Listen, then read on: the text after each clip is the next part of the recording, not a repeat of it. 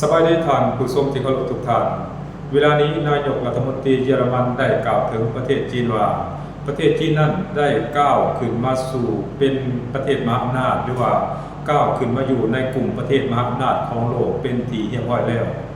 ประเทศจีนนั้นมีท่าแห่งวงซ่อนหลายอย่างโดยเฉพาะแม้นท่าแห่งวงซ่อนทางด้านเศรษฐกิจและการเมืองนั้นถือว่าจีนนั้นมีความได้เปรียบหรือว่ามีความก้าวหน้าและได้เปรียบกว่าประเทศในตะวันตกโดยเฉพาะแม้นสหภาพยุโรปไปเป็นที่เรียบร้อยแล้วท่านผู้ชมความท้าทายทางด้านการเมืองในระดับโลกปัจจุบันนี้นั้นบ่สามารถที่จะจัดการได้ถ้าหากว่าปราศจากหรือว่าถ้าหากว่าขาดประเทศจีนเป็นผู้เข้าไปมีส่วนร่วมในการไกล่เกลี่ยหรือว่าแก้ไขปัญหาอันนั้นคือคำกล่าวของนายกรัฐมนตรีเยอรมันที่ได้กล่าวถึงเกี่ยวกับสถานการณ์ต่างๆถ้าว่าขาดการมีส่วนร่วมของประเทศจีนแล้วถือว่าการแก้ไขปัญหาดังกล่าวนั้นจะบ่สำเร็จลุล่วงไปได้อย่างแน่นอนท่านผู้ชมนี่มันเป็นการเปลี่ยนแปลงจุดยืนของบรรดาประเทศตะวันตกโดยเฉพาะแม้สหภาพยุโรปเช่นว่าเยอรมันเป็นต้นเพราะอย่าลืมว่าในเมื่อก่อนนั้นเยอรมันถือว่าเป็นประเทศที่ยืนอยู่แถวหน้าของโลกเป็นประเทศที่มีขนาดเศรษฐกิจใหญ่อันดับหนึ่งของสหภาพยุโรปก็ว่าได้พร้อมกันนั้นนายกรัฐมนตรีของเยอรมนีก็ยังได้กล่าวว่าสงครามระหว่างรัสเซียกับยูเครนนั้นมันสามารถจบสิ้นลงได้ถ้าว่าจีนนั้นใช้อิทธิพลของตนเองเข้ามากดดันประเทศรัสเซียให้ยุติสงครามในครั้งนี้นั่นมันหมายความว่าบรรดาชาติยุโรปและอเมริกานั้นบ่สามารถที่จะยุติสงครามความขัดแย้งระหว่างรัสเซียกับยูเครนได้อีกต่อไปแล้วถ้าว่าปราศจากการช่วยเหลือหรือว่าการร่วมมือจากจีนท่านผู้ชมพอในระยะผ่านมานั้นพวกเขาจะสังเกตเห็นว่าบรรดาประเทศในสหภาพยุโรปและอเมริกานั้นต่างก็ได้มีการจัดประชุมปรึกษาหารือกันร่วมกับประเทศยูเครนเกี่ยวกับการยุติความขัดแย้งของสงครามที่เกิดขึ้นระหว่างรัสเซียกับยูเครนแต่ว่าการเจรจาหรือว่าการประชุมปรึกษาหารือเพื่อยุติสงครามความขัดแย้งระหว่างรัสเซียกับยูเครนนั้นกับบ่มีรัสเซียเข้าไปร่วมซึ่งรัสเซียนั้นถือว่าเป็นตัวละครที่สำคัญในการแสดงร่วมระหว่างรัสเซียกับยูเครนหรือว่าเป็นตัวละครที่สำคัญที่ก่อให้เกิดความขัดแย้งระหว่างรัสเซียกับยูเครนนั้นแต่บรรดาประเทศในสหภาพยุโรปนั้นเลือกที่จะตัดประเทศรัสเซียออกบ่ให้รัสเซียเข้าไปมีส่วนร่วมในการเจรจาหรือว่าง่ายๆคือว่าด้อยค่าประเทศรัสเซียบ่ให้มีส่วนร่วมในการเจรจายุติสงครามระหว่างรัสเซียกับยูเครนทั้งที่รัสเซียนั้นมีส่วนร่วมโดยตรงในข้อขัดแย้งระหว่างยูเครนเพราะฉะนั้นจึงเห็นให้สงครามระหว่างรัสเซียกับยูเครนนั้นก้าวเข้ามาเป็นปีที่5แล้วท่านผู้ชมแต่สงครามดังกล่าวนั้นก็บ่มีท่าทีว่าจะสามารถยุติลงได้เมื่อมันเป็นอย่างนั้นเห็นให้บรรดาประเทศตะวันตกโดยเฉพาะแม้ในสหภาพยุโรปนั้น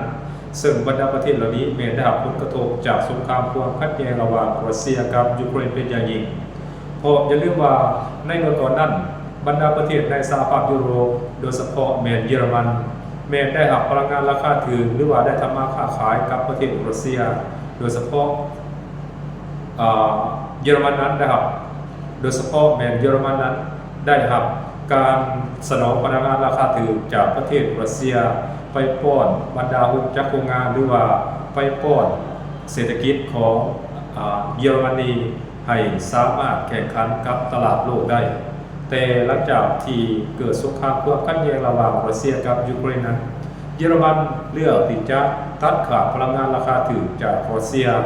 ดังนั้นมาถึงเวลานี้จึงเห็นให้ระบบเศรษฐกิจของเยอรมันนั้นประสบกับปัญหามีกิจการหลายกิจการก็ประสบกับปัญหาเขาเอ่ยว่าล่มละลายหรือบางกิจการก็เลือกที่จะย้ายฐานการผลิตออกจากประเทศเยอรมนีนั่นหมายความว่ามันจะเห็นให้เกิดการว่างงานอยู่ในประเทศเยอรมนีนั้นสูงขึ้นท่านผู้ชมซึ่ง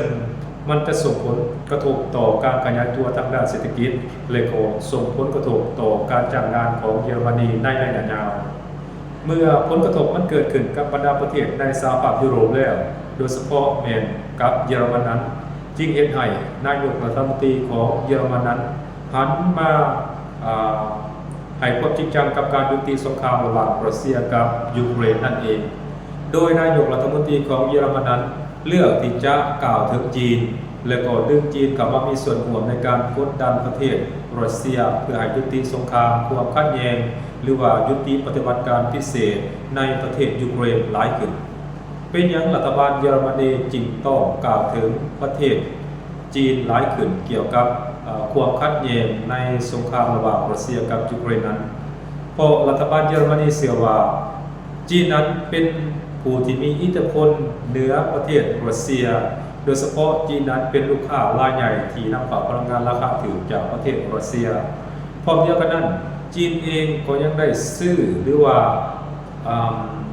นำเข้าวัตถุดิบประเภทต่างๆจากประเทศรัสเซียและนอกจากนั้นจีนเองก็ยังได้อนุญาตให้รัสเซียนั้นนำใช้ธนาคารของประเทศจีนนั้นเป็นบ่อนหลีกเลี่ยงการคว่ำบาตรทางด้านเงินตราของประเทศต่างๆโดยเฉพาะเมจากสหรัฐอเมริกาเพราะฉะนั้นถ้าว่าจีนใช้เหตุผลหรือว่าใช้เงื่อนไขเหล่านี้เข้ามากดดันหรือว่าบีบให้ประเทศรัสเซียนั้นก็จะเฮ็ดให้รัสเซียนั้น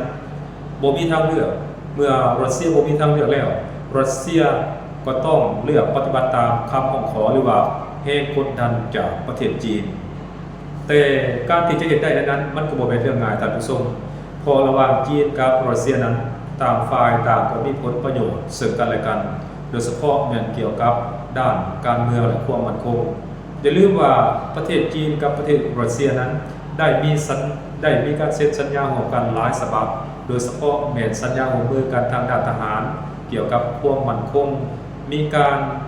แลกเปลี่ยนความรู้ทางด้านทหารมีการแลกเปลี่ยนเทคโนโลยีหรือข้อมูลข่าวกรองต่างๆระหว่างกันอันนี้มันจะเห็นให้สองประเทศนี้มีความสัมพันธ์การเลือกซึ่งหลายขึ้นกว่าเก่าเพราะฉะนั้นถ้าว่าจีนเลือกที่จะกดดันรัสเซียจีนก็ต้องได้พิจารณาดูว่าการที่จีนจะกดดันรัสเซียนั้นจีนจะ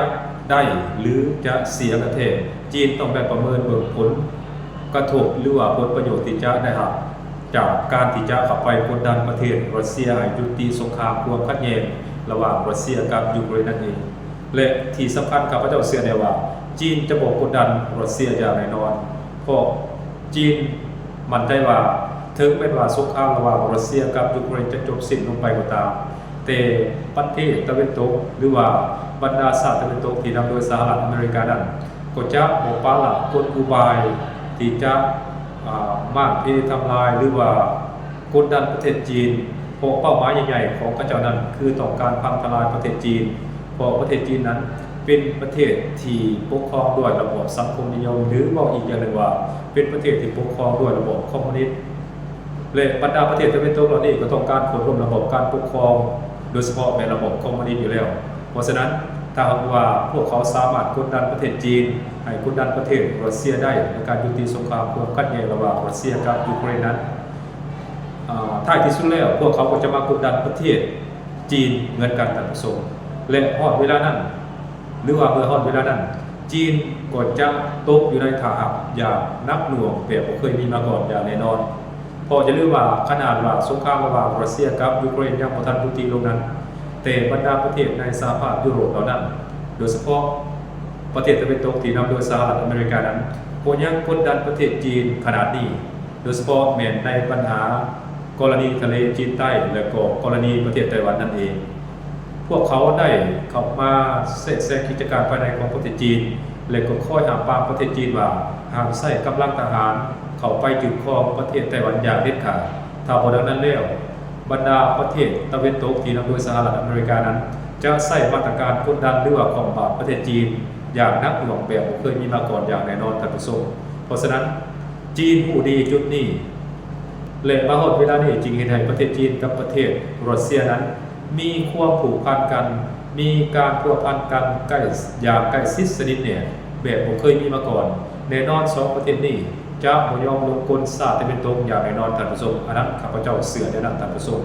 และท่านผู้ชมได้รู้สึกหรือว่าเข้าใจในใดเกี่ยวกับสงครามความขัดแย้งระหว่างรัสเซียกับยูเครนหรือการออกมาแถลงของนายกรัฐมนตรีเยอรมันว่า